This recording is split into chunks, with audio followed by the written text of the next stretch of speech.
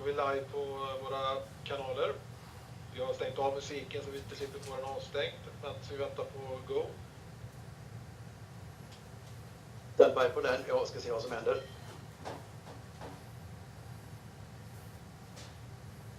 Should we be calling Max? No, he will come here.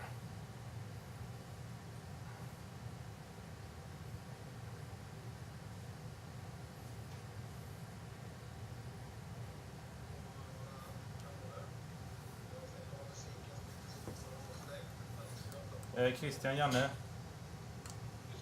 du går ju ut i sändningen. Du och Staffan, ni går ju ut på YouTube-sändningen när ni pratar på Kommer.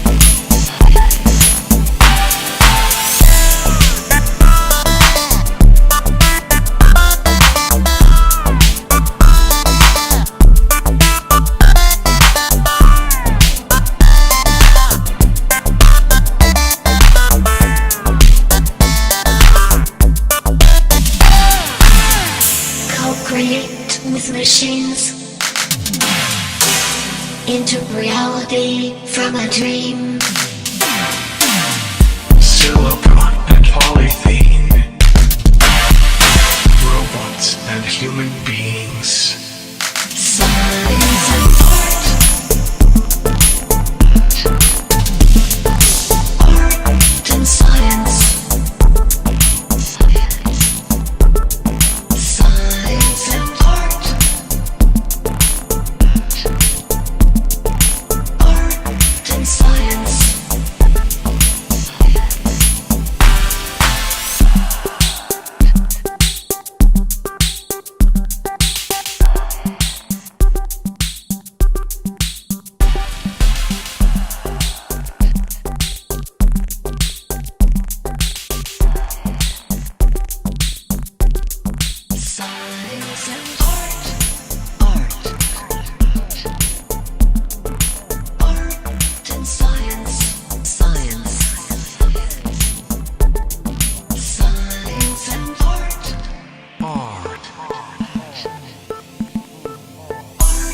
lost in science.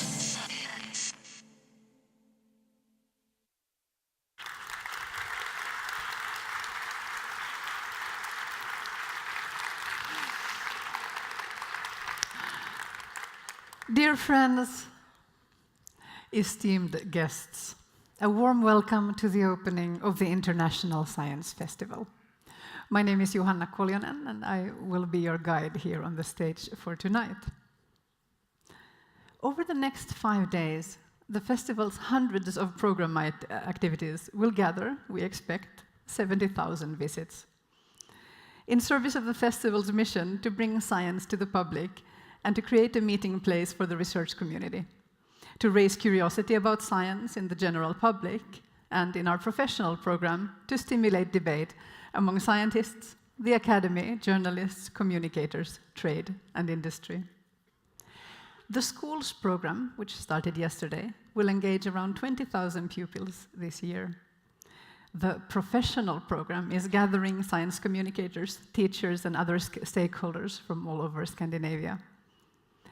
And tonight marks the inauguration of the 22nd International Science Festival that is open for everyone to participate in. Among the 250 activities on the schedule, some of my personal favorites include comedy clubs with a science twist, deep existential conversations, and the Science Roulette, which is lectures performed in the gondolas of the Ferris wheel at the Liseberg amusement park. Before we move on to tonight's discussion about artificial intelligence, I would like to invite a few people from the organizing committee to the stage. Please welcome Jan-Erik Sundgren, Chair of the Board of Trustees, Jenny Turner, Operations Manager, and Carl-Johan Sundberg, Chair of the Scientific Council.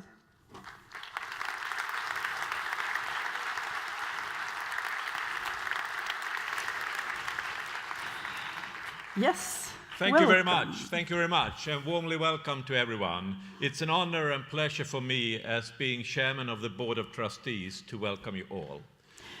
Jan-Erik, what makes a festival like this possible? Well, the festival is really a platform for science communication, a platform where different stakeholders meet. And without the support of the trustees of the Science Festival and the partners, this wouldn't be possible. And they have been with us, most of them, for 22 times. So it's a great pleasure to have them, and I would like to thank the trustees and the partners. But this opening ceremony wouldn't have come about without the generous support from Sten Allan Olssons Stiftelse för kultur och vetenskap, and through the cooperation of the Nobel Center and the company Volante. So these three organizations, particularly the foundation, has made it possible for so many people to come here tonight to see what I hope is a really exciting event, talking about a subject that is really state-of-the-art and that has an influence of the whole of society. Carl-Johan, if I move to you, you're chair of the Scientific Council. Why is it important to have meeting places like this festival?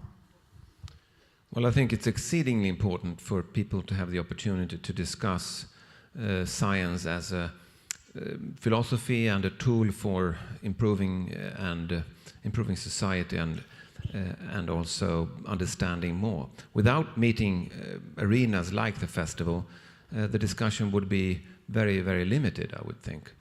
And especially important is that so many people come to the festival, as resembled tonight, with, I think, 700 people.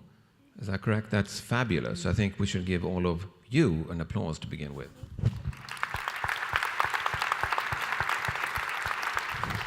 But particularly important, I think, the sessions or the activities that involve people that are not normally conducting science are the key, where you can both ask questions and also be critical or come up with new research questions and ideas. I think research is sometimes too isolated, and especially in these times, I think it's essential that we not only reach out, but reach in and also are present in other parts of society than the usual suspects. So I think the festival contributes to that, but could develop further.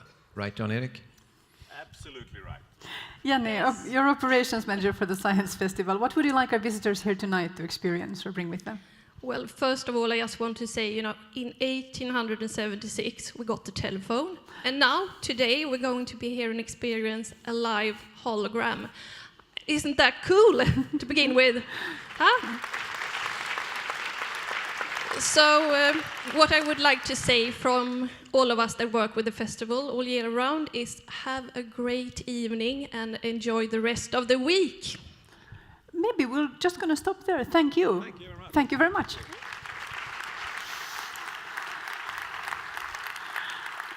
And talking about a live hologram, of course, we are also live streaming on the internet. So if you're on Facebook, you can share your experience there tonight with all of your friends in real time.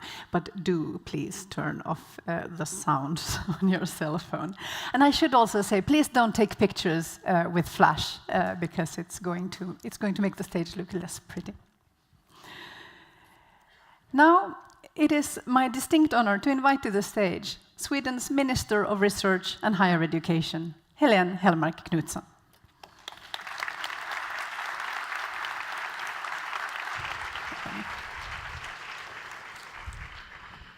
Thank you very much, and thank you for the opportunity for me to be here today and inaugurate the Science Festival in Gothenburg.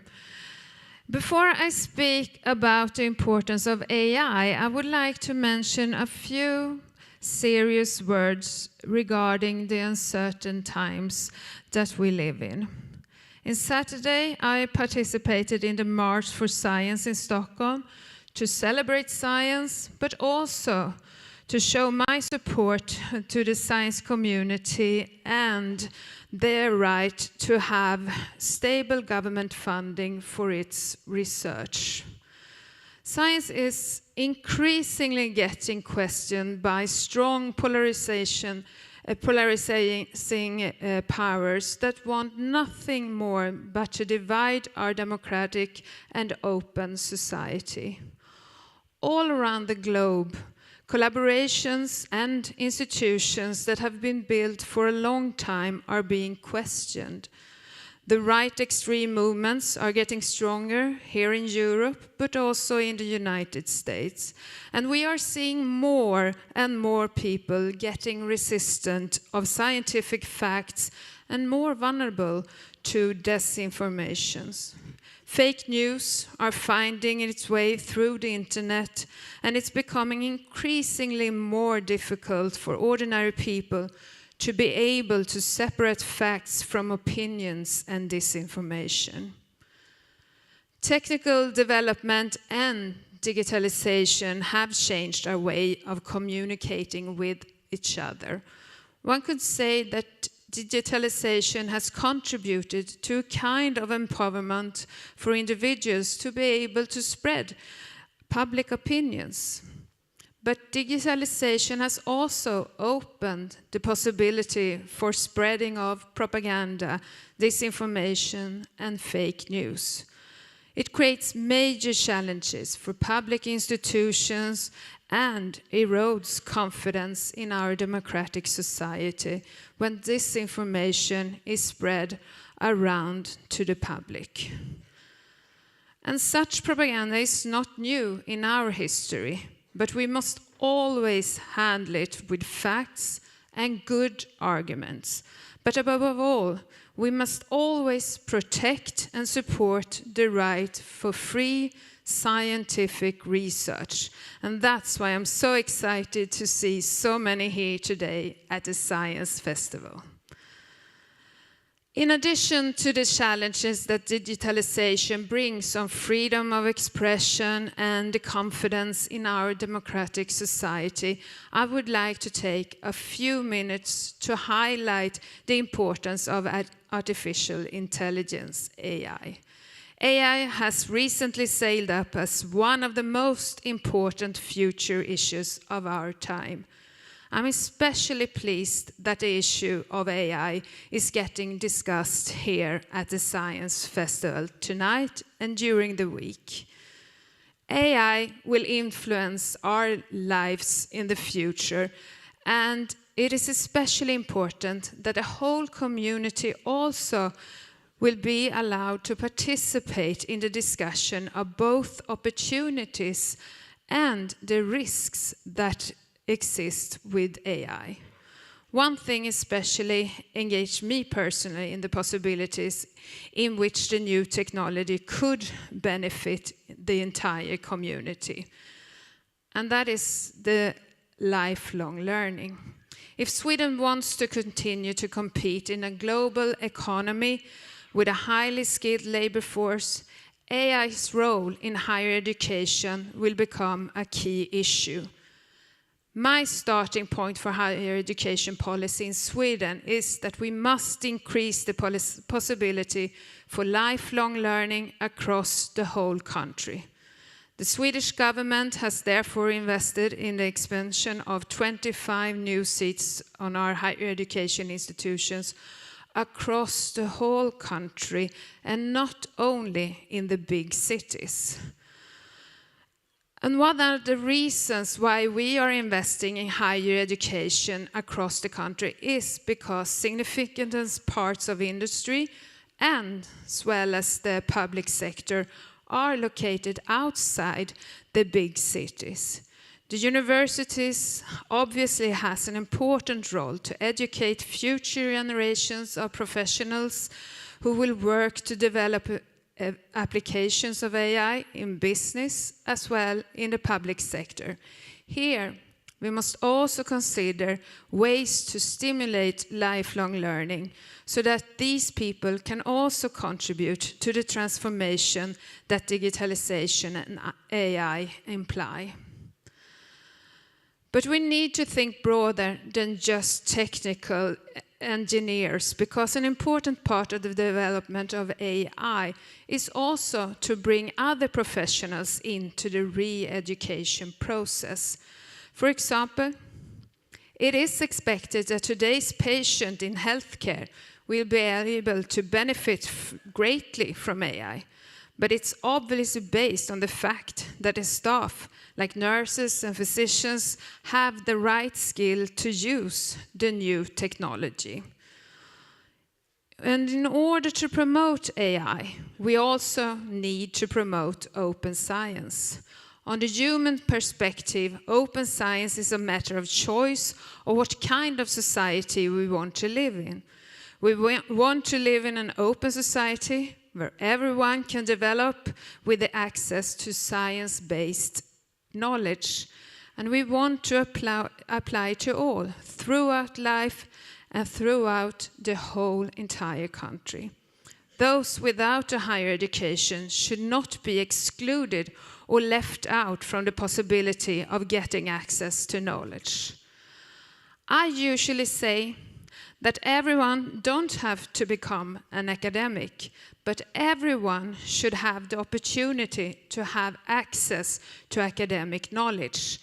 This also applies to AI. For example, it is important for the nurse at the health center or the school teacher to be acquainted with the latest science-based knowledge of their activities. Lastly, I would like to mention some of the risks around AI. Correctly used, AI could help us tackle the global health issue and climate challenges. But AI also poses major risks if it's managed incorrectly.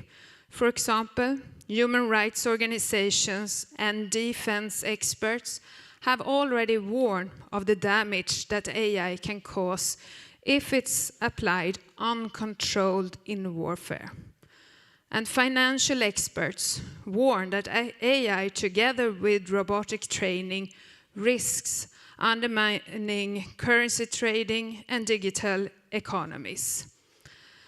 And once again, how social media and other digital platforms use AI for spreading information, not knowing if it is fake or facts. I would therefore like to urge all of you and the following panel to think about the importance and the need for regulation in this area. In Sweden, we protect the right to free research for the scientific community. But it doesn't mean that research is conducted without rules and outside the law. In the long term, we will need to have regulation in place when it comes to AI. There is no other way if we are to benefit from AI in the future and to secure free, knowledge-based, democratic and open societies. I hope that you will have a really good week here at the Science Festival, and thank you very much. Thank you very much, Minister. I was going to ask you why this festival is important, but I think you already answered the question, so let me ask you this instead. How would you like an ordinary visitor to this festival, somebody who is not a scientist, how would you like them to be changed by something that they experienced this week? I really hope that everyone that comes here learns something new and perhaps change an opinion that they have before they came here, when they hear the good arguments, but also the knowledge-based arguments or facts that the scientists or others here discussing during this week are really delivering. And also that you feel that we are all stronger together. So when we have this kind of discussion, we can really get to know both more about our society, but also how we could develop it in a better way. Thank you very much, dear friends. Helene Hellmark Knutsson. Thank you.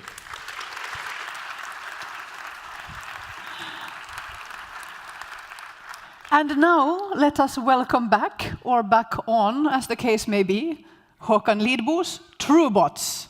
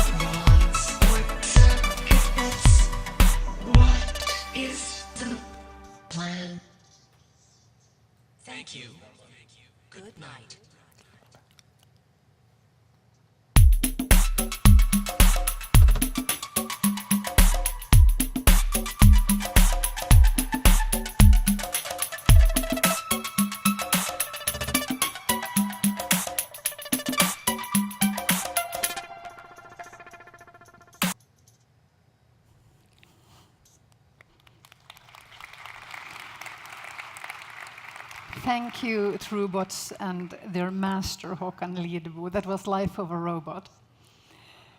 The science events at this festival cover a broad range of fields, ranging from the humanities and social sciences to medicine, physics, biology, and technology, with an emphasis on our innermost selves. The festival is structured around a theme each year, and the theme of the 2018 International Science Festival explores what we are as humans and as a collective. And tonight we will discuss, as you know, what it means to be human in a world of artificial intelligence. Our first speaker on this topic is a professor of physics at MIT and an initiator of the Future of Life Institute. He is well placed to consider the potential of superintelligence. Would it be an opportunity or a threat?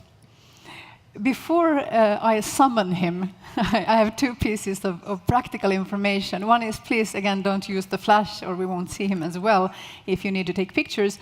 And secondly, we will have an opportunity, all of us, well, not all of us, but those of us who are so inclined, will have an opportunity to ask questions at the end.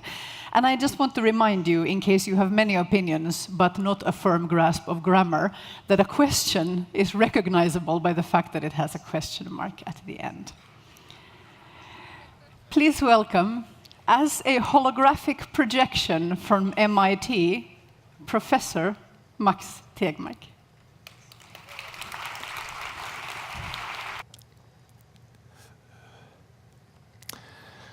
God kväll, Göteborg.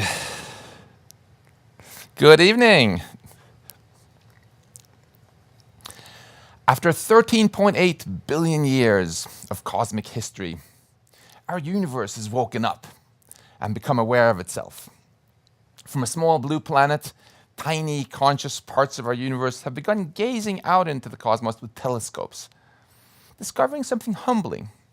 We've discovered that our universe is vastly grander than our ancestors imagined, and that life seems to be an almost imperceptibly small perturbation on an otherwise dead universe. But we've also discovered something inspiring, which is that the technology we're developing has the potential to help life flourish like never before, not just for centuries, but for billions of years, and not just on Earth, but throughout much of this amazing cosmos. I call the earliest life 1.0 because it was really dumb, like bacteria, unable to learn anything during its lifetime. I call us humans life 2.0 because we can learn, which we in nerdy geek speak might think of as installing new software into our brains, like languages and job skills. When I was born, I fick bara lära mig prata svenska när jag var liten, but then I thought, hey, maybe I should install an English-speaking module into my brain, so here we are.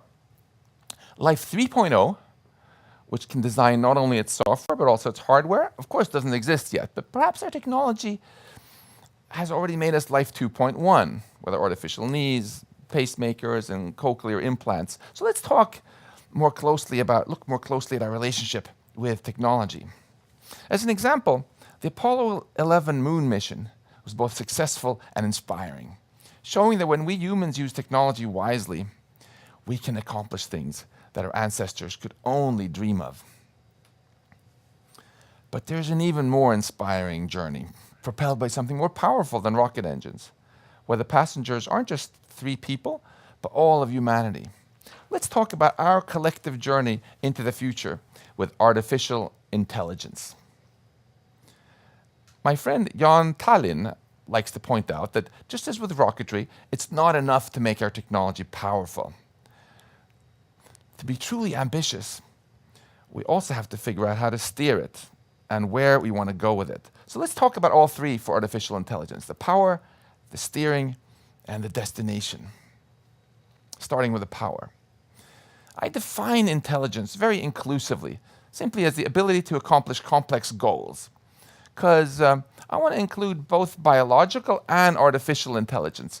And I want to avoid the silly carbon chauvinism idea that you can only be smart if you're made of meat. It's really amazing how the power of AI has grown recently. Think about it. Not long ago, robots couldn't walk. Now, they can do backflips. Not long ago, we didn't have self-driving cars. Now, we have self-flying rockets. Not long ago, AI couldn't do face recognition. Now, AI can generate fake faces, and it can simulate your face, saying stuff that you never said. Not long ago, AI couldn't beat us at the game of Go. Then Google DeepMind's AlphaZero AI took 3,000 years of human Go games and human Go wisdom, ignored it all, and became the world's best player by simply playing against itself. And the most impressive feat here was not that it crushed human gamers, but that it crushed human AI researchers who'd spent decades handcrafting game-playing software. And AlphaZero crushed human AI researchers not just at Go, but even at chess that we'd been working on since 1950. So all this amazing recent progress really begs the question, how far will it go? I like to think about this question in terms of this abstract landscape of tasks, where the elevation represents how hard it is for AI to do each task, and the sea level represents what AI can do today.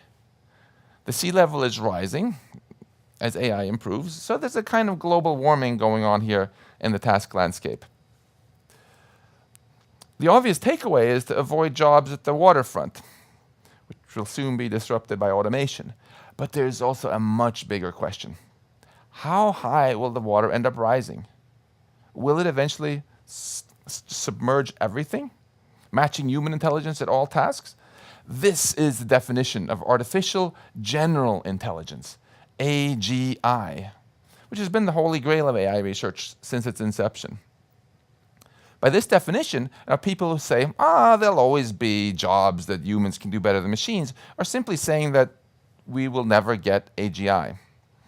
Sure, we might still choose to have some human jobs or to give humans income and purpose without jobs, but AGI would in any case transform life as we know it, with humans no longer being the most intelligent. Now, if the water level does reach AGI, then further AI progress will be mainly driven not by human researchers, but by AI, which means that additional AI progress could be much faster than the typical human research and development timescale of years, raising the controversial possibility of an intelligence explosion, where recursively self-improving AI rapidly leaves human intelligence far behind, creating what's known as superintelligence. All right, reality check. Are we going to get AGI anytime soon? Some famous AI researchers, like Rodney Brooks, think it won't happen for hundreds of years. But others, like Google DeepMind CEO Demis Hassabis, are more optimistic and are working to make it happen much sooner. And recent surveys have shown that most AI researchers actually share Demis's optimism, guessing that we are going to get AGI within decades. So, within the lifetime of many of us. Which begs the question, and then what? What will the role of humans be if machines can do everything better and cheaper than we can? The way I see it, we face a choice. One option is to be complacent. We can say, let's just build machines that can do everything we can do and not worry about the consequences. Come on, if we build technology that makes all humans obsolete, what could possibly go wrong? But I think that would be embarrassingly lame. Let's be more ambitious. Let's envision a truly inspiring high-tech future and figure out how to steer toward it. Which brings us to the next part of our rocket metaphor, the steering. All right? So we're making AI more powerful, but how can we steer towards a future where it helps humanity flourish rather than flounder? To help with this, I co-founded the Future of Life Institute, a nonprofit organization promoting beneficial use of technology. And our goal is simply for the future of life to exist and to be as inspiring as possible. Now, I love technology. Technology is why today is better than the Stone Age. Right? And I'm optimistic that we can create an inspiring high-tech future if we win the wisdom race, the race between the growing power of the technology and the wisdom with which we manage it. But this is a big if, because this is going to require a change of strategy. Our old strategy used to be learning from mistakes. We invented fire, screwed up a bunch of times, invented the fire extinguisher. We invented the car, screwed up a bunch of times, invented the seatbelt, the traffic light, and the airbag. But with more powerful technology like nuclear weapons and AGI, learning from mistakes is a lousy strategy. Don't you think? I mean, it's much better to be proactive rather than reactive, plan ahead, and get things right the first time, because that might be the only time we'll get. But it is funny, because sometimes people tell me, Max, shh, don't talk like that. That's Luddite scaremongering. But it's not scaremongering. It's what we here at MIT call safety engineering. Think about it. Before NASA launched the Apollo 11 mission, they systematically thought through everything that could go wrong when putting people on top of explosive fuel tanks and launching them to a place where no one could help them. And there was a lot that could go wrong. Was that scaremongering? No, that was precisely the safety engineering that led to the success of the mission. And that's precisely the strategy I think we should take with AGI. Think through what can go wrong to make sure it goes right. So in this spirit, we've organized conferences bringing together leading AI researchers and other thinkers to discuss how to grow this wisdom needed to keep AI beneficial. The last conference we had was in Asilomar, California last year, and it produced this list of 23 principles, which have since been signed by over 1,000 AI researchers and key industry leaders. And I want to tell you about just 3 of them. One is that we should avoid an arms race in lethal autonomous weapons. The idea here is that any science can be used for new ways of helping people or new ways of harming people. For example, biology and chemistry are much more likely to be used for new cures or new materials than for new ways of killing people, because biologists and chemists successfully pushed for bans on lethal autonomous, on chemical weapons and biological weapons. And indeed, the reason there has been such strong reaction to the recent events in Syria is because we've successfully created such a stigma against chemical weapons that everybody agrees that this is a disgusting use of chemistry. In the same spirit, most AI researchers want to have a ban on offensive lethal autonomous weapons. And I was very heartened to hear that our Minister of Education here said that she supports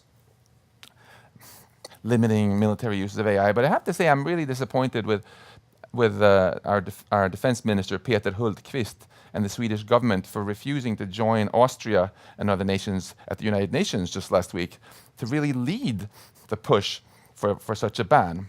I think the Swedish government should listen more to scientists and really have the courage to stand up to both Trump and Putin and do the right thing to make sure that AI becomes a force for good in the world.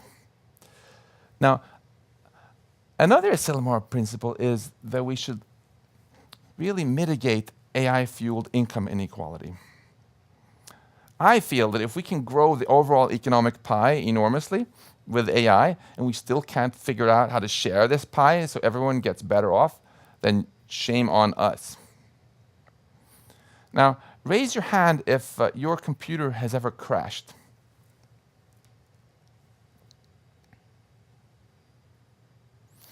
Oh, that's a lot of hands. That's a lot of hands. Well, then you'll appreciate this principle, that we should invest much more in AI safety research. Because as we put AI in charge of ever more decisions and infrastructure, we have to figure out how to transform today's buggy and hackable computers into robust AI systems that we can really trust. Because otherwise all this awesome new technology can malfunction and harm us, or get hacked and be turned against us. And this AI safety work must include research on AI value alignment, because the real threat from AGI is not malice, like in silly Hollywood movies, but competence. AGI accomplishing goals that simply aren't aligned with ours. Think about it. When we humans drove the West African black rhino extinct, we didn't do it because we were a bunch of evil rhinoceros haters, did we? No, we did it because we were more intelligent than them and our goals weren't aligned with theirs. Now, AGI is by definition more intelligent than humans.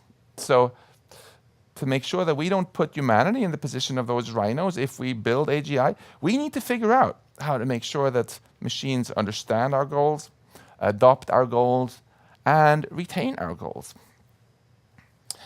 And which goals should these be? This leads to the third part of our rocket metaphor, the destination. We're making AI more powerful, trying to figure out how to steer it, but what sort of future society are we hoping for if we succeed? This is the elephant in the room that almost nobody is talking about, because we're so fixated on immediate term AI challenges. And it was exactly because of this that I also wrote my book on the topic. You know, we are, as a species, trying to build AGI. But what sort of future society are we hoping for if we succeed? We did a recent opinion poll on this, and I was struck by how most people actually want us to build super intelligence, AI that's vastly smarter than humans in all ways. We had the greatest agreement on that we should be ambitious and help life spread into the cosmos, but there was much less agreement about who or what should be in charge. And I was actually kind of amused to see that there were even some people who wanted to be just machines in charge. And there was total disagreement about what the role of humans should be, even at the most basic level. So let's take a closer look at possible futures that we might choose to steer toward. Don't get me wrong here, I'm not talking about space travel. It's just about humanity's metaphorical journey into the future. Right? Some of my colleagues prefer that we build superintelligence and keep it under human control, like an enslaved god, disconnected from the internet and used to create unprecedented technology and wealth for whoever controls it. But Lord Acton warned us that power corrupts, and absolute power corrupts absolutely. So you might worry that perhaps we humans just aren't wise enough to handle this much power. Also, whatever moral qualms you might have about enslaving superior minds, shouldn't those people who don't want human extinction have a say in the matter too? If you didn't like either of those, well, actually, let me tell you first, I also have some colleagues, believe it or not, who are actually fine with machines taking over, with AI taking over, and even causing human extinction, as long as we feel that the AIs are our worthy descendants. But how would we know that the machines have actually adopted our best values? And as I said a moment ago, shouldn't those people who actually don't want humanity to go extinct get to have a say on this too? I think so. Now, if you didn't like either of those two high-tech options, then it's important to remember that low-tech is suicide from a cosmic perspective.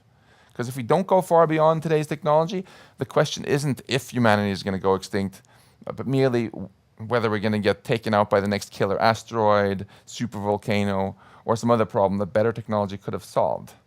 So how about having our cake and eating it with AGI that's not enslaved, but treats us well because its values are aligned with ours?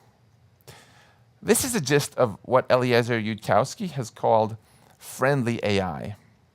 All right? And if we could pull this off, it could really be awesome. It could not only eliminate negative experiences like poverty, disease, crime, and other forms of suffering, but it could also give us the freedom to choose between a fantastic new diversity of positive experiences, basically making us the masters of our own destiny. So in summary, our relationship with technology is complicated, but the big picture is rather simple. Most AI researchers expect AGI within decades, and if we just bumble into this unprepared, it's probably going to be the biggest mistake in human history. It could enable brutal global dictatorship with unprecedented inequality, surveillance, and suffering, perhaps even human extinction. But if we steer carefully, we can end up in a fantastic future where everyone is better off.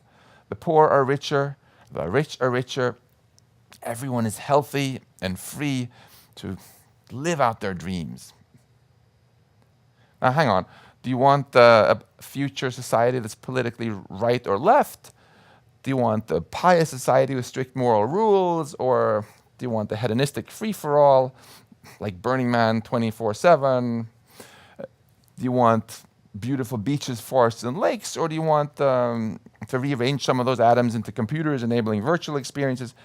With AGI, with friendly AI in particular, we could just build all of these future societies and give people the freedom to choose which one they want to live in, because we'd no longer be limited by our intelligence, merely by the laws of physics. So the resources and space for this would be astronomical. So here's our choice. We can either be complacent, taking as an article of blind faith that any new technology is guaranteed to be beneficial, and just repeating this as a mantra to ourselves over and over and over again as we drift like a rudderless ship towards our own obsolescence. Or we can be ambitious, thinking hard about how to steer our technology and where we want to go with it to create a truly inspiring future. We're all here today to celebrate science and humanity. And I feel that the essence of this should be for us to have build technology, but to build not technology that overpowers us, but empowers us. Thank you. Tack.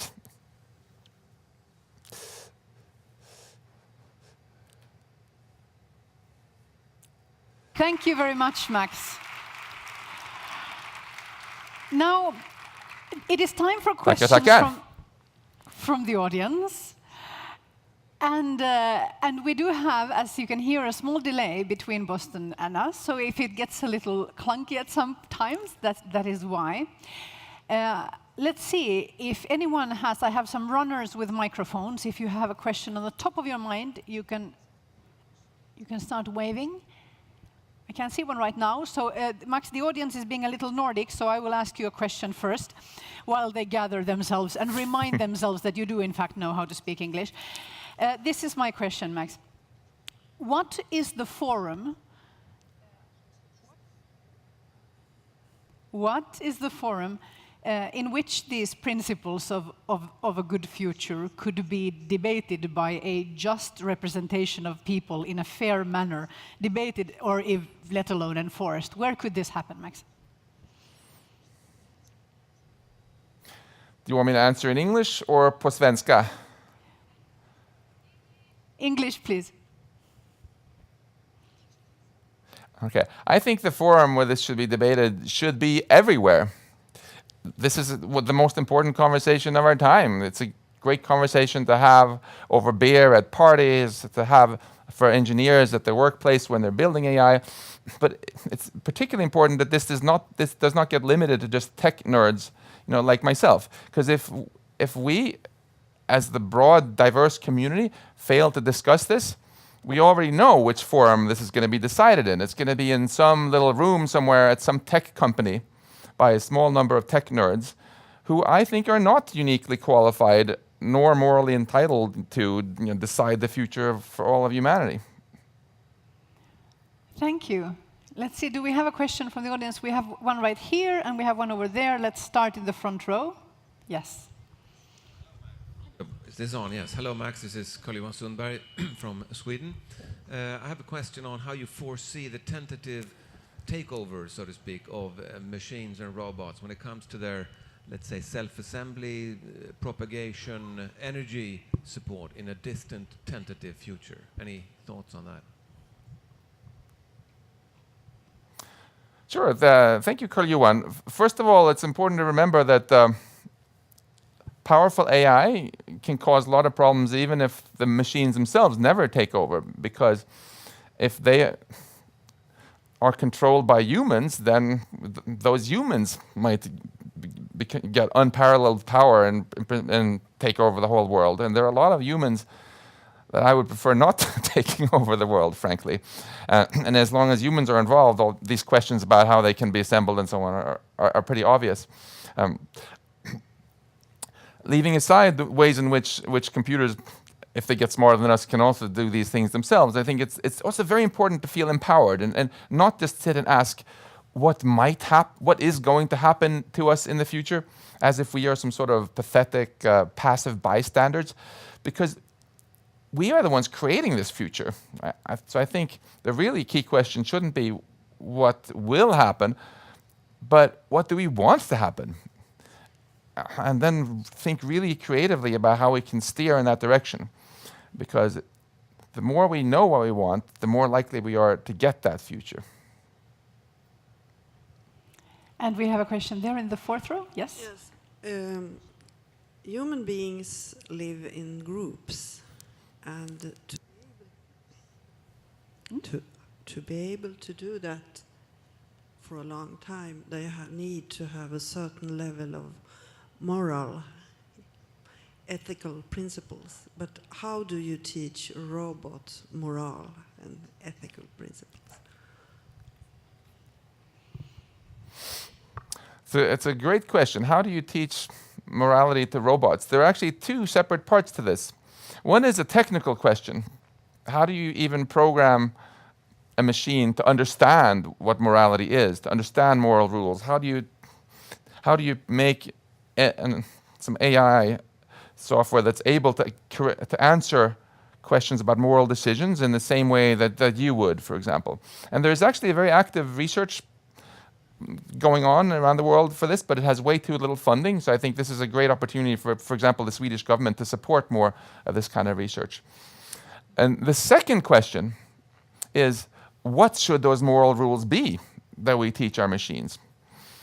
It's not like we have any great consensus around the planet, is there, about what the rules should be? But I think in parallel to having a healthy discussion about this, it's important to not be paralyzed and let perfect be the enemy of good, because we can at least get started. Think about, for example, when depressed Germanwings pilot Andreas Lubitz not too long ago flew his jet plane into the Alps, killing over 100 people. Nobody who builds an aircraft today ever wants to have that airplane fly into a mountain, right?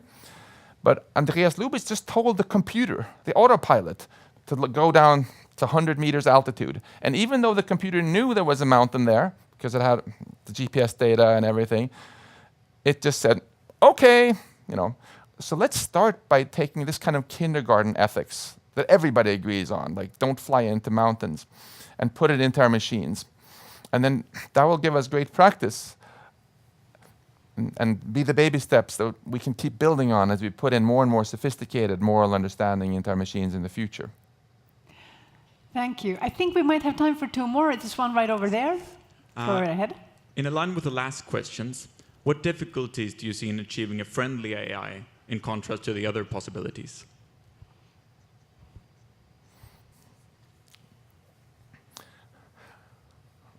I see there being really four questions. The first one is, how can you make machines even understanding human values, which was the previous question. And the second one is, how can you make sure that the machine actually adopts those values? All of us who are parents know that there's a big difference between making our children understand what we want and making them actually want to do what we want, right? And the third one is, how can we make machines retain their values if they keep getting smarter? A lot of kids change their values as they grow up, and we want to make sure that machines don't just like us for a little bit, but keep being nice to us even if they become more powerful than us. And then the fourth question is the one about what the values should be. All of these questions need to have a lot of people thinking hard about them, which means we need to support research on all of them. And these questions are so hard, I can easily see it taking decades to get the answers, which means we need to start that research today, and not the night before somebody switches on a superintelligence. Thank you. I think we have a question here in the second row, and I think I want to throw in the last one. There was somebody waving right here. Yes. No, yes, there we are. Yep, in the blue shirt. So let's do you after. There you go. The American climate scientist Gavin Schmidt just wrote an article debating, would it be possible if there had been intelligent societies on Earth like 100 million years ago? He also wrote like a science fiction story, and the take-home message was high-tech societies a very limited time span. And I would it comes back to your question of the AI. What if high-tech societies will not last? Well, then we're screwed. But I'm more optimistic than that. I don't think there's any law of nature that says that high-tech societies have to self-destruct almost immediately. I think certainly we have the potential to screwing up like this if we're careless and stick our heads in the sand like ostriches. But we also have a potential to do incredibly wonderful things. Think about it. After 13.8 billion years, right, on this little spinning ball in space, we have this incredible opportunity we've waited so long for. We are these conscious beings with big hearts and great dreams, and we can do so much. All the little squabbles we read about in the news of just little petty quibbles in some sort of zero-sum game. Oh, I'm going to have this square meter of Earth. No, you're going to, not you, blah, blah. With better technology, we can solve all of today's problems and have enough resources for everybody to be better off. And not just on Earth, but even throughout much of our cosmos for billions and billions of years. So I think it's very important, in summary, to not just get depressed about this and just get dragged along into some sort of gloomy mood just because newspapers sometimes like to put scary headlines about the Terminator on the front page. And remember how wonderful this opportunity is. Artificial intelligence offers us an opportunity to amplify our own intelligence and solve our hardest problems and do absolutely wonderful things. And I'm optimistic that if we really take both the threats and the opportunities seriously and are not lazy but really work hard on this, we can create an amazing future. And I hope you'll all help me with this. Thank you. Thank you. I think we have time for one last question, if Max is willing. The 7th, the 9th, and the 11th row were waving at the same time, and the lamp is in my eye, so I don't know who got the microphone. Does somebody there have a microphone? Yes, sir, you're willing, or yes, go right ahead.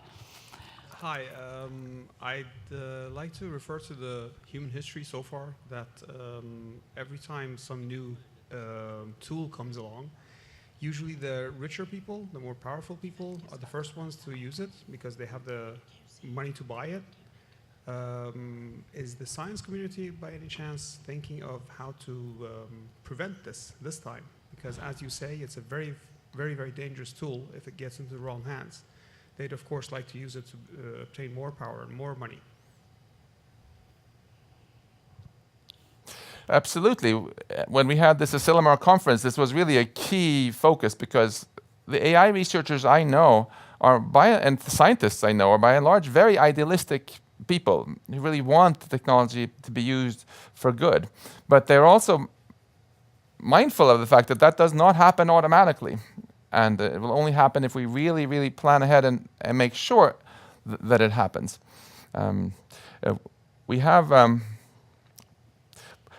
I want to end on an optimistic note, though, because sometimes people tell me, it's hopeless. Whenever science can be used to do terrible things or win wars, for example, it will be used like that. But that's not always the case. Think about biology, for example. When you think about biology, what do you mainly think about? Do you associate it with new ways of curing people and new life-saving drugs, or do you associate it mainly with new ways of killing people with biological weapons? Just a few days ago, I actually met Matthew Messelson at a conference. He's 87 years old now. And in the early 70s, he realized that we were at a tipping point where we were on the verge of a completely crazy arms race in biological weapons between the US and Russia. And he managed to persuade the key politicians involved, and this ultimately led to a ban on biological weapons. So this was an example where humanity actually did the right thing. We took this powerful force of biology and steered it into a good direction where it is still today. And I bet you, of the biology students who are in the audience here, not a single one of you has any interest in working to make biological weapons, even if they offer you a well-paying job for it. And I think we want to get to the place where it's the same way for artificial intelligence. The people who work on this technology have a moral component in what they do and are clear on why they're doing it, to make humanity better.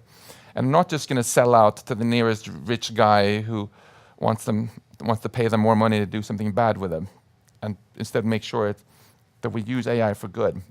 Thank you. Thank you very much. Max Tegmark.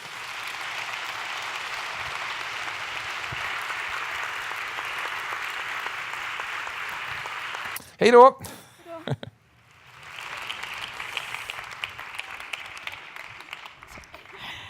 Thank you very much to everybody who asked questions. I'm so sorry we didn't have time for everyone, but at least you will have things to talk about afterwards in the bar. It is time for me to hand over the stage to Gustav Källstrand from the Nobel Center. Where is Gustav? Hello, welcome. We're setting up here, we're practically done, but maybe you can tell us what's going to happen next.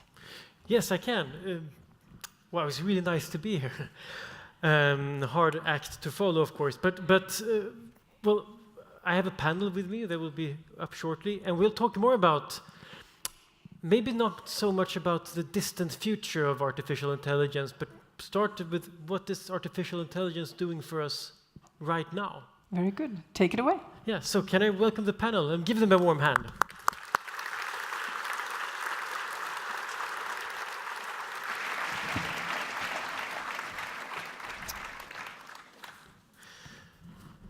Yes, we have. I will start by introducing our panel. We have furthest away from me, closest to the hologram, is Jasmine Idun, who is an artist, an experienced designer and game designer, and also a cyborg. So, quite amazing. Fredrik Heintz, who is an AI researcher at Linköpings Universitet, and also president of the Swedish AI Society. And Dorna, you are a PhD student working on, here in Göteborg, working on non-human entities as moral agents. So obviously relevant. And Rebecka, you are a researcher at Ericsson Consumer and Industry Lab. Yes. Also, of course, working with AI. So, well, and I come from the Nobel Center, where we work with the Nobel Prize, and the Nobel Prize is given out for work done for the benefit of mankind. So let me start on, pick up on Max's optimistic note. What do you think the benefits for humankind are? What are the optimistic good things for us with AI technology? Well, let me start with Jasmine. What do you think? First, I would like to answer the last question, because Max didn't really answer it, I think. Okay, about having access, being inclusive when it comes to technology. One way of doing that is something I started in Gothenburg a couple of years ago, was to build makerspaces and promote DIY culture. With the Science Festival, we actually had a big makerspace for a couple of years on the Experimentverkstan, and that is taking technology out to anyone in society. So, for example, what I think all libraries should do, so libraries are archives of knowledge, can we also turn them into spaces where you also create knowledge and where you get access to things like 3D printers, computers, and things like that. So that's a way to really be inclusive and let everyone have access to, for example, prosthetics. That's a very concrete thing that is really hard to fund if you don't have insurance and so on. Right. But you can actually print that if you have the right technology. Right. So that's one point. And then the positive, it is a positive view with this. Access to technology. The other thing is something I really liked was this landscape image where you saw on the top was art, cinematography, and science, which is exactly the three areas that I work in. The problem is, which he also said, those are also the least funded areas, at least the art science that I do. So you really need to kind of rearrange the distribution of research funds that we have, and also bring in philosophy, ethics into the development of AI, into afterwards. We need to bring it in right now and have those transdisciplinary spaces. And then the possibilities are endless. Yeah, we'll get back to the connection with art and science, I'm sure. Fredrik, what do you say? What are the good things, the possibilities? Why are we doing this? So I think one of the major things is that we're really helping us making better decisions. So, for example, we see that, people have a tendency to have biases and making decisions based on incorrect or incomplete information because we are limited in the amount that we can actually process and take into consideration. Of course, we're trying to solve that by having many people contributing with their different opinions, but I think that's especially an area where we can see dramatic improvements. We also see dramatic improvements when it comes to productivity, so really creating the resources for us to share in a better way. I think that's another thing. And a third thing, I think, is also simplifying our lives and trying to improve living conditions for as many people as possible. Yeah, quite a lot of optimistic things, I would say. Of course. Dorna, what do you say? No, I agree with the former speakers. I think what you mentioned, like impartiality when it comes to decision processes, is an important thing that AI could help us with. And a more softer thing I would like to bring to the debate is that AI, and especially the question of AGI or super intelligent AI, is also important in a sense because they lift more existential and ethical questions. I mean, we mirror ourselves in these emerging technologies, and they ask of us very important questions. Thank you. And Rebecca? Yeah, it's hard to follow the three former speakers because I agree with all of you.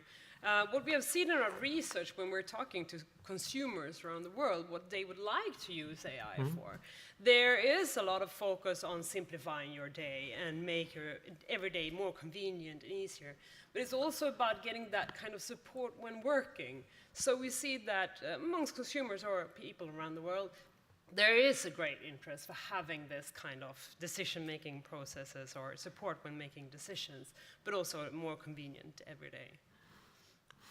Yeah, so let me pick up there, because sometimes when we have these discussions about AI, we think that sounds like this is something that's happening in the future. We had this rocket where we choose between the planets we want to go to in Max's presentation, but this is already happening today. Like you say, people are already using this. How much are we using AI in your view today? In my view, yeah. I think actually you, Fredrik, are probably more suited to answer this. But from the consumer perspective, I think that the awareness may be not already all there when they're using AI. So for instance, we do have AI helping us to find movies at Netflix or better search results when we Google. But we don't tend to talk about it using AI. So you have a little bit of a mismatch of how much we're actually using to the awareness of using this technology. Yeah, I think you look like you want to add something. No, but I fully agree. I mean, most people, at least in developed countries, are using AI basically every day. I mean, you're using your smartphone to search, to find directions, to find recommendations, and so on. You might even be talking to your phone or talking to your household equipment and so on. And all of that are based on AI technology. So, I mean, in some senses, we have a lot of it already, but it's very, very primitive and very, very simple. And I think there is still a lot of opportunities for further development. Yeah, because when you think about AI, you don't necessarily, in smart robots, you don't necessarily think about someone picking movies for you at Netflix. You think of something much bigger. Could that be a problem that we have sort of popular culture gives us one idea of what AI is, and then the reality is almost a bit underwhelming in comparison with the dreams we have?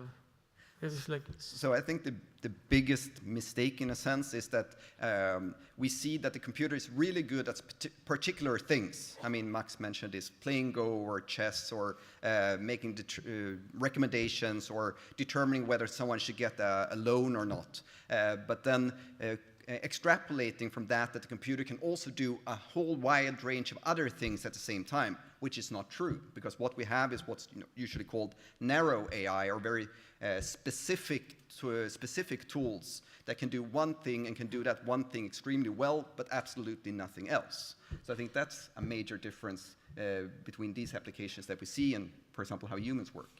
Yeah, please. Yeah, and I think a risk with this is that, as you said, people often think about more humanoid robots or something like that when they think about AI. So the risk with that is that we don't see the risks or the dangers that are already here, and the ethical questions that we need to discuss right now as well. We don't need to wait for an AGI or a superintelligence before doing that. So we already need to have that discussion, or we needed to have it yesterday. Okay, so let's have it now. What are those ethical questions? There are so many. I mean, even if we don't have AGIs in warfare, we still have very autonomous systems in place, and who knows what military projects already exist. So, I mean, who should be ascribed the legal or moral responsibility for when an autonomous combat system kills civilians, for example. Those systems are already there. There are already systems where human decision making is not there all the time. So, and more systems are getting in place. So we need to have that discussion, even though we don't have any AGI in place. Yeah, you're nodding. Do you also agree with, or do you think any other? Yeah, I agree. And I think also that there are so many ethical questions that we need to discuss. One of the areas I worked quite a lot with is in privacy and integrity. So how do we manage how much we can learn about people or individuals by the AI technology that we can implement? So we can, I heard of researchers, and I've read this article, but I cannot guarantee the intent. But if that is so, that is, you are able to identify a person's sexual orientation just by the photo they're posting on dating sites. That is a kind of a scary information that you can use. So I think that we need to talk about what is privacy in this new age and how do we handle privacy and individual integrity. Yeah. So, but picking up on this ethical issue, you mentioned, Fredrik, actually as one of the good things, I mean, that an AI could possibly make us more unbiased, make more unbiased judgment, and I mean, so you said that might be good, one way that the AIs can be more ethical than us, maybe, or? Well, I would say that when it comes to these data-driven methods that we see very much being used today, you have a lot of questions and issues relating to what kind of data are you being basing these models on, and how are you updating these models as time progresses. I mean, just take an example. If you're training, for example, a judging system to determine something, and you take data from the 70s, of course you will get a system that's having the values of the 70s. If you then take data from the 80s, you will get a similar system, but with the values from the 80s, and so on. So depending on what data you choose to train your system, you will get different types of behavior. So basically, you're in that case, you would duplicate the kind of values that you had in the data itself, which of course is actually an opportunity, because then you will start looking at this data from the outside, and then you can start to question, is it making reasonable decision or recommendations, and then try to find out what in this data is actually being the bias here. I think we will learn a lot about ourselves, I mean, by looking how this system behaves, because it will give us an opportunity to basically watch ourselves from the outside. But I think there are a lot of questions related to this data question, and also things change.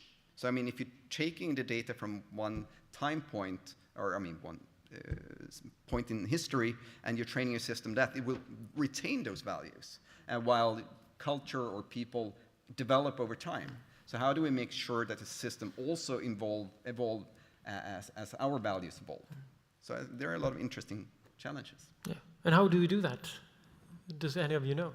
Make sure that it sort of evolves. Do we know that, or is that something we have to solve?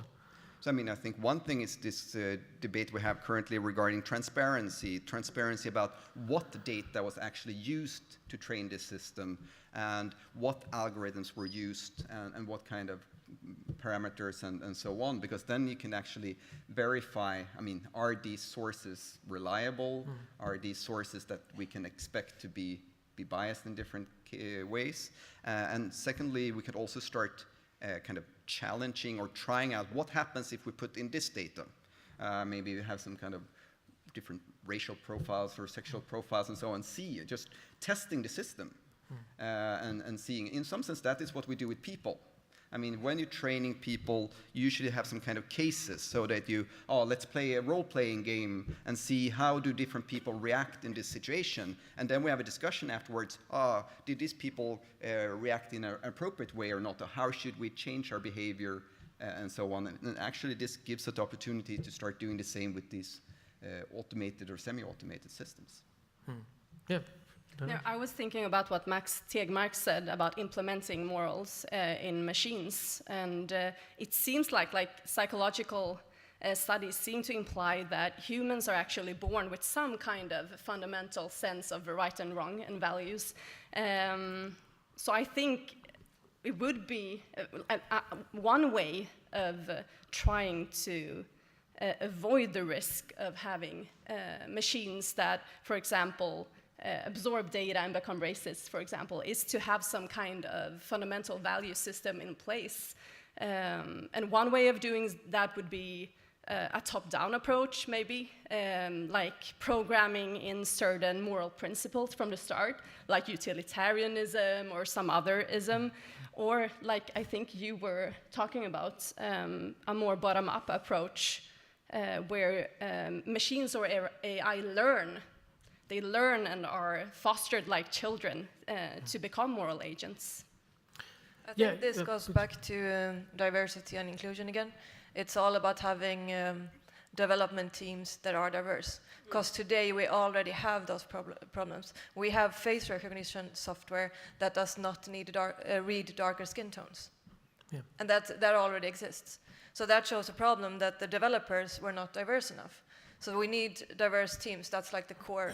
That's even before we start teaching like agents or AI agents, we need to teach the developer teams or the companies who run the development.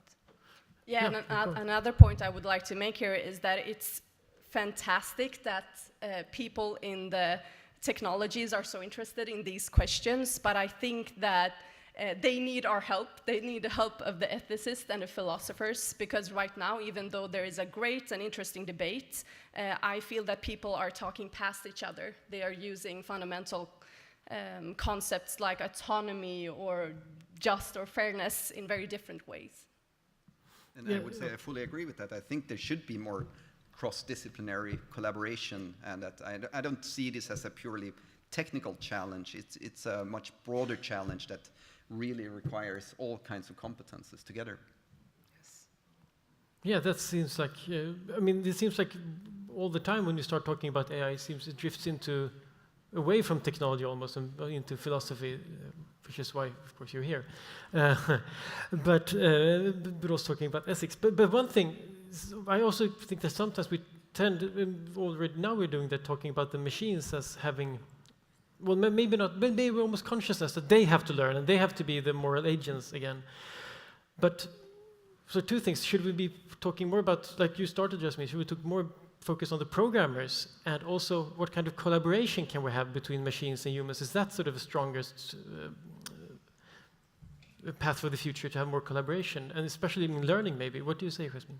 Yeah, of course, that it's all about learning, and it's all about transdisciplinary, and like learning to collaborate is the main challenge I have today, because I studied IT technology and I studied art, studied cinematography. I kind of mixed this. That was a choice I made, but we need that to be from like a really early age. We need to mix different subjects in schools. So you can't have those silos that we have today. That's why we have those problems today. What I do, because I'm too impatient to wait on technology to get where I want it to be, I start experiment with that myself. So that's why I'm a very simple cyborg today, because technology isn't good enough. So I call myself a gaffer tape cyborg, or a duct tape cyborg, because it's so simple technology. And when I try to talk with an engineer, I mean, I know the tech language as well, as I'm in that sphere too, but it's still sometimes like talking to a wall, because a lot of technology is based, it's developed to do one thing. For example, the RFID to go on a bus, but I can do a lot of other things. I play music with NFC implants in my hands, for example. So technology is much broader. We can use it for so many things. And to be able to see those different adaptations, we need to have diverse teams. So, and by doing an instrument that I can play with my hands, or I also have an implant on my heart, where I can express emotion, because I might not do that the way most people do.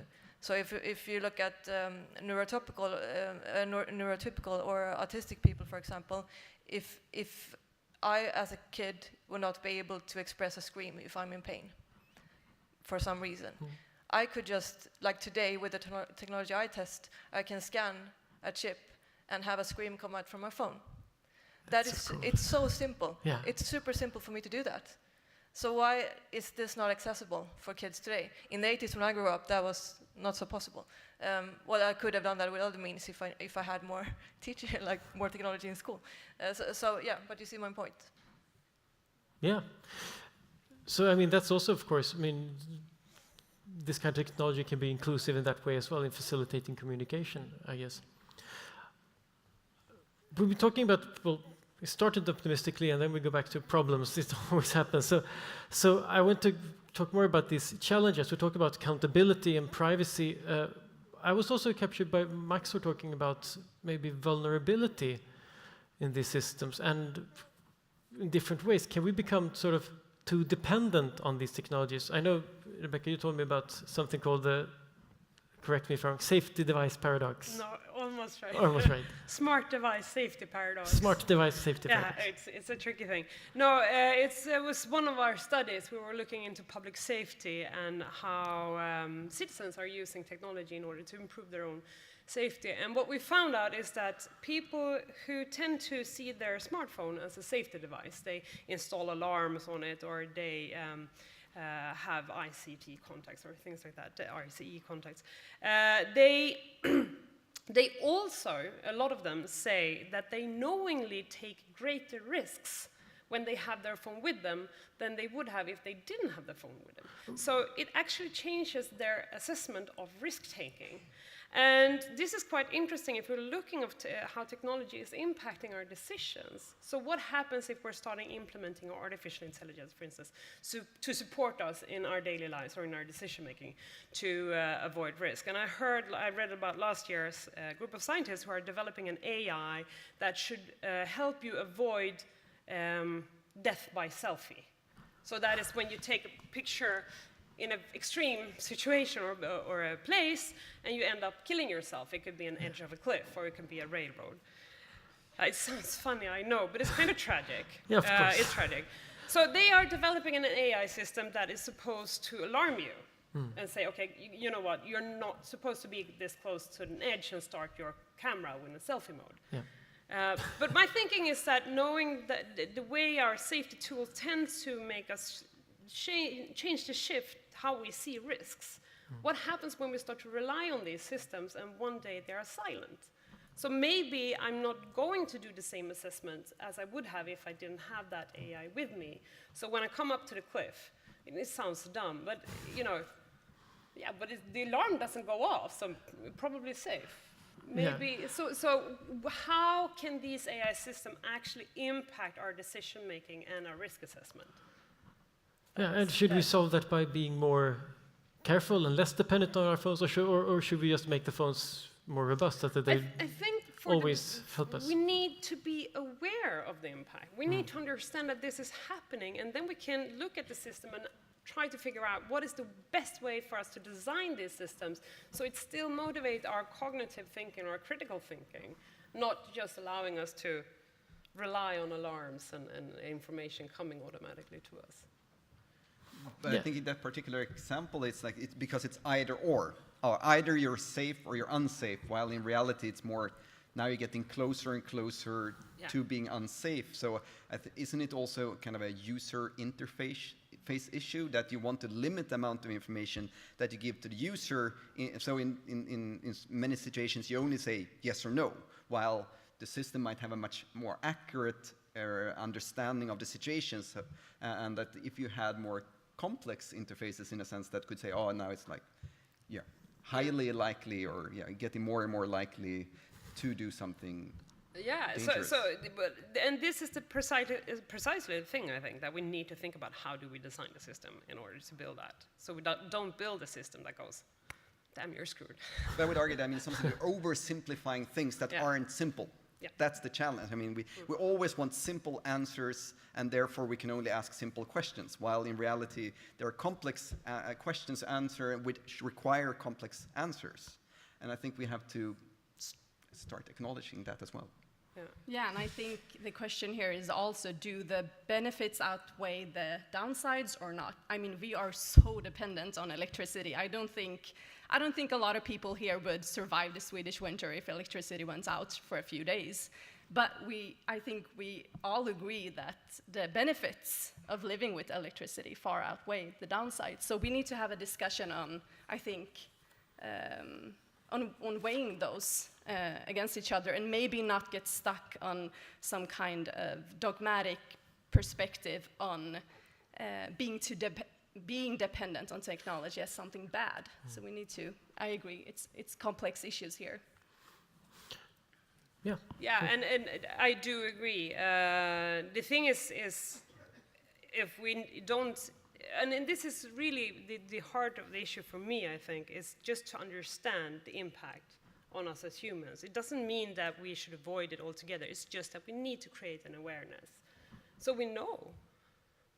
I think that is the key thing, that we need to know how it impacts us. Yeah, and I think Max touched upon that some new technologies have actually, I mean, some technologies we create technologies and then we just implement them, we don't, but sometimes we have actually thought about this, and you mentioned biological research. And so that brings me to the question that Helene Hellmark-Knutsson actually posed, that she said that maybe we should ask the panel, so if we should have regulations on AI research, should we be able, or should we be free to research anything we want? Should we have regulations on this? Moratoriums on certain kinds of things. Max was also talking about this, we shouldn't work on killer robots, for example. What do you think? I would say that we already have. I mean, you have ethical committees at universities and so on. You are not allowed to do anything. You're not allowed to do experiments on humans. You're not allowed to do dangerous, other types of dangerous experiments. So I think to a large degree we have that already. And do you think that they are enough for this? Or is this technology different from anything that went before? So we need to have new... What I've seen so far, I don't see that it's that different. Okay. I think I disagree. AI, and especially development maybe towards AGI or even superintelligence, seems to create completely new situations. I mean, situations seem to emerge in a way that are very hard for us to foresee and also open up really complex issues. I mean, just the question of autonomous combat systems, if they get to a level where it's hard for us to start or still ascribe the responsibility back to the designer, even the user, maybe the combat systems can reprogram themselves even though they weren't programmed to do so in the first place. I mean, these are situations that would be very hard to handle if we hadn't had any discussions about them beforehand. And I think this emergence, like these new situations seem to emerge with the speed that we haven't seen before with all technologies. But I would say that's a perfect example of something that would not be accepted by a university ethics board to develop killer robots.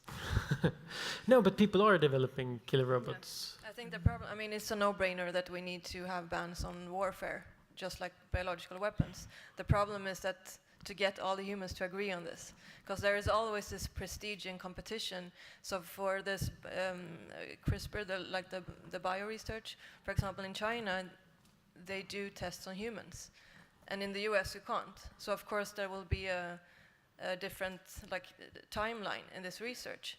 So I think that's the hard part, to get everyone to agree on that it's banned.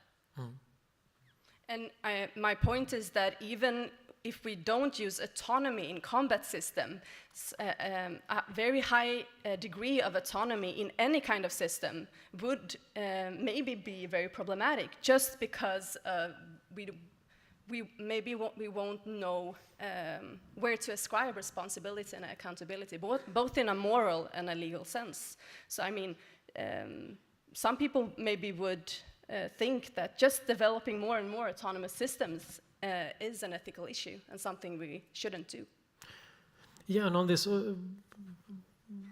autonomy, and also, I mean, this goes back to maybe the question of control of these systems as well. And Max was talking about this, how can we make their goal align with our goals? But talking about this, first of all, I mean, if we build conscious AIs, why would their consciousness resemble human consciousness in any way? How can we take that for granted? Fredrik, you look like you want to No, I would say that, I mean, we don't understand what conscious is, but I would also find it very likely that we could build systems that to us as external observers would seem like a system that have conscious. And the question is whether it actually has or not. I think that's more a philosophical questions, just like we don't really know how do animals perceive reality. I mean, we think they might perceive things similar to us, but we have no way of really knowing. And I think it would be the same thing with an artificial system, that it may look to us that it ought to perceive the world similar to us, but we have absolutely no way of really knowing. And I mean, the same thing if you're seeing things in infrared instead of in color, or if you've been blind your whole life, you will perceive the world differently because you have different senses compared to what at least I have. An interesting thing on that point is, in my work as a game designer, I've seen AI play games, like AI agents. And usually they they start with the retro games, but now they can play games like Doom, for example. So that they learn really fast, but still it's that kind of game. I've designed a game for learning, for example. So can we have AI agents play other kinds of games, like role-playing games, for example? Then you can start teaching things like empathy, or if you look at mirror neurons, for example, can we kind of find that behavior? That's something I'm interested in. How can I train an agent on specific data that adapts more to like artistic creation, for example? So through games, I think we can start to like implement the empathy somehow. I want to try it at least, because now they only play like war games and 8-bit games. So. Yeah, so a bit broader game. Yeah. Yeah, just on the note of consciousness, we wouldn't know for sure, because we can never know for sure if any other entity than ourselves is conscious. I just know that I am conscious, and my only way to determine if you are conscious is just to look at your outputs. So we can only look at the output of an entity. But I think that the risk here is that if we reach a level where AI seem to be conscious, maybe they pass some kind of Turing test for consciousness, for example, then we would create entities that demand some kind of moral from us. We can't treat them in any way we want, because they would be sentient. So my belief is that we shouldn't create AI that reach that level, or that seem conscious, because we don't seem to be very good at treating other conscious entities in a good way. So why create a whole new set of conscious beings? No, I mean, we were talking about this before, that you said that, I mean, it really opened my eyes. We're surrounded by conscious beings, and we eat them. That's what we do with them. we don't like. So what would we do with an AI? I mean, it could go wrong when they get smarter than us, I guess. But Fredrik, from a technical standpoint, could we build a conscious AI? How far in the future are we talking right now? Have we gone off to sort of science fiction already, or is it decades away? I have no idea. Okay, good. I mean, I don't see it happening anytime soon. Well, I mean, again, I think it's very easy to fool people. I mean, I think that's something we know. So, I mean, building a system that fools people into all kinds of things is relatively simple. I mean, so you can easily build a robot which gives the impression of having a consciousness and answering questions in a way. And I mean, we as humans are very good at attributing human attributes to other things. And I think just actually the way you described how you expected the things to work was like they would be like humans. Why would they be like humans? I mean, I think it's much more likely that they would be very different from us. And I think in some sense that might be more frightening for us, that they are so different that we have a hard time understanding them. But I think it's a very big difference between making the impression of consciousness and actually having consciousness. Yeah, and maybe that's another danger as well, because if their consciousness would be very different, they would be conscious in a very different way, it would be almost impossible for us to determine if they are or not. I mean, why? I also think that's the exciting part. Like, the difference is the exciting part. So, I just want to add something positive to that. And I would say that animals are very different from us, and we accept animals. So I think that's... Yeah. But yeah, we have still evolved as biological organisms under the same evolutionary pressures, and an artificial entity wouldn't have been developing under those conditions. It would be a created entity, so I think that's the difference. Or you can see it's part of our evolution. Yeah. Our evolution was part of developing this system, which also created them. So in some sense, they're the natural extension of evolution. Yeah. Maybe. That's just to illustrate my point, that sometimes this discussion turns philosophical, which was very nice. I would just like to let you finish by just, since we balance between this optimism and concern, are you more concerned or are you more optimistic when it comes to AI? We'll go from this side this time. Thank you for starting with me. I am both, I think. I agree that there is so many problems that we can solve using AI. And there are some great benefits for us to gain.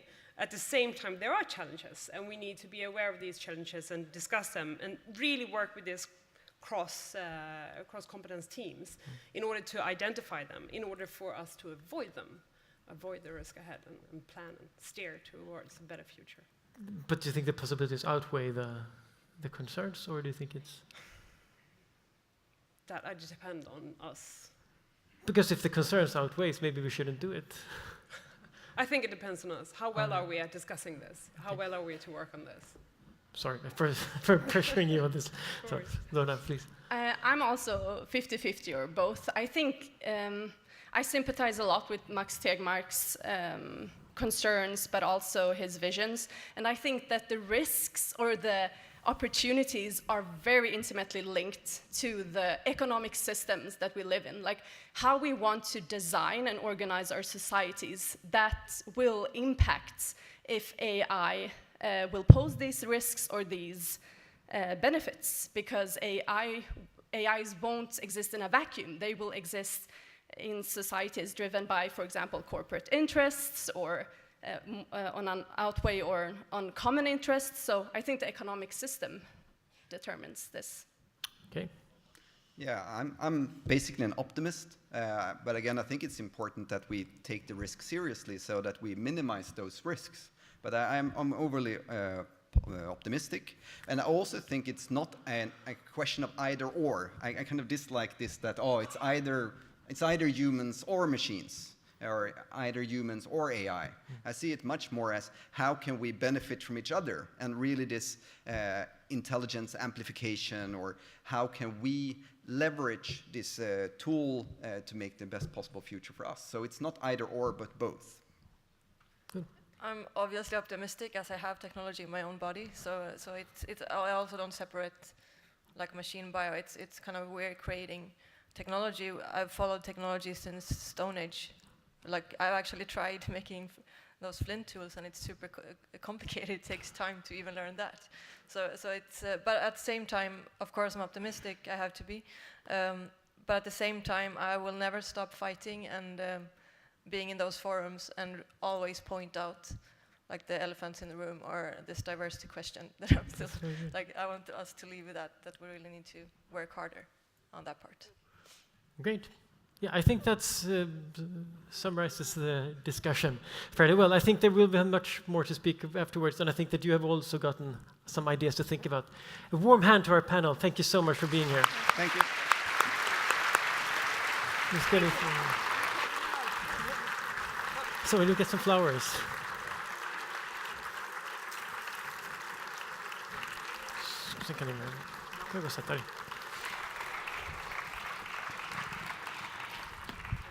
So,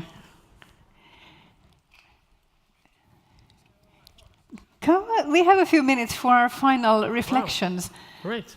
I wonder, what are you thinking right now? I'm thinking that I'm also, well, I think I'm pretty optimistic. I think that Max Tegmark made a very strong case that we have the opportunity to choose. I think it's a very interesting idea that he had, that for this technology we actually can see it as a chance that we have, that we are in this discussion, that we actually can think before, and it's sort of a broad discussion. He had the picture of the atomic bomb, which was developed in secret and then just exploded use in warfare for the first time. This is the discussion where we have here, where we have it in lots of places. It's much more open, and we have much more views coming in. And I think every time we talk about AI, you get the same replies. This is something we have to talk more about. We have to discuss this. There are many questions. So everyone knows this, and I think we're heading in the right direction just by talking about it. What do you think? Yeah, I think a difference to the nuclear program, I suppose, is that was a public sector program to a big degree, as well as a military program. So I think the university ethics boards don't cover private enterprise, where of course the big research money is. Yeah. So legislation will definitely play a part. Yeah. I'm also thinking about a cultural thing, and let's see if I can do this, because it's a long chain of thought. But if I would ask each of you to draw a grandmother, just think in your mind of what you would draw if I would ask you to draw a grandmother. So I also work in my other life as a writer of children's fiction, and this always happens when we're trying to write something for kids today, that we have this idea of what a grandmother is. And my idea of a grandmother is, of course, based on what a grandmother looked like in the late 70s or early 80s. Today, like, my mom's a grandmother, and she's many years from retirement, and she works in a tech startup, and she does not have gray hair and a bun on her head at all. And so the problem is we have that quote, that Gibson quote, that is so well known, that the future is unevenly distributed. But there are these other layers where also, like, the information about the future is unevenly distributed. Not all of us are aware that we're talking to AIs when we're talking to our watch or something like that. And then the last level is that the sort of cultural ideas and norms and narratives are lagging behind, usually at least 30, 40 years. And these conversations that we need to have now, how can we even have them when all of our words are from, like, belong to another generation, and so much is happening every 5 years? Yeah, I think that might be a good point. I also think that I actually thought about it completely the other way around, that we have, as I mentioned in one of the questions, that we have a situation where we have a popular science view of AI and robots that is much more advanced than the reality, so far removed that sometimes, I mean, it seems that the science fiction writers have thought so much ahead that sort of it leaves us with sometimes an unrealistic view of what this problems looks like. But then you start talking to people who know things about this, and it turns out that we actually get into these existential questions very fast. So maybe somewhere it's something like this, actually, these kinds of contexts. Yeah, I think we're getting it right. Where it's going to be. We need to connect the narratives with our lived reality, and then somehow lift that discussion to these very high-level ethical discussions. Yeah, no pressure. So this is something for you to solve during this week. Exactly. Maybe that's a good place to stop. I would say that will conclude the talking part of this from the stage this evening. We're not quite there yet. One more thing will happen. I would like to thank you all for coming. Thank you all our speakers for the generosity of your time. Thank you, Gustav Källström, for being such excellent company. Oh, thank you. Oh. Thank you, me. Wow. Thank you.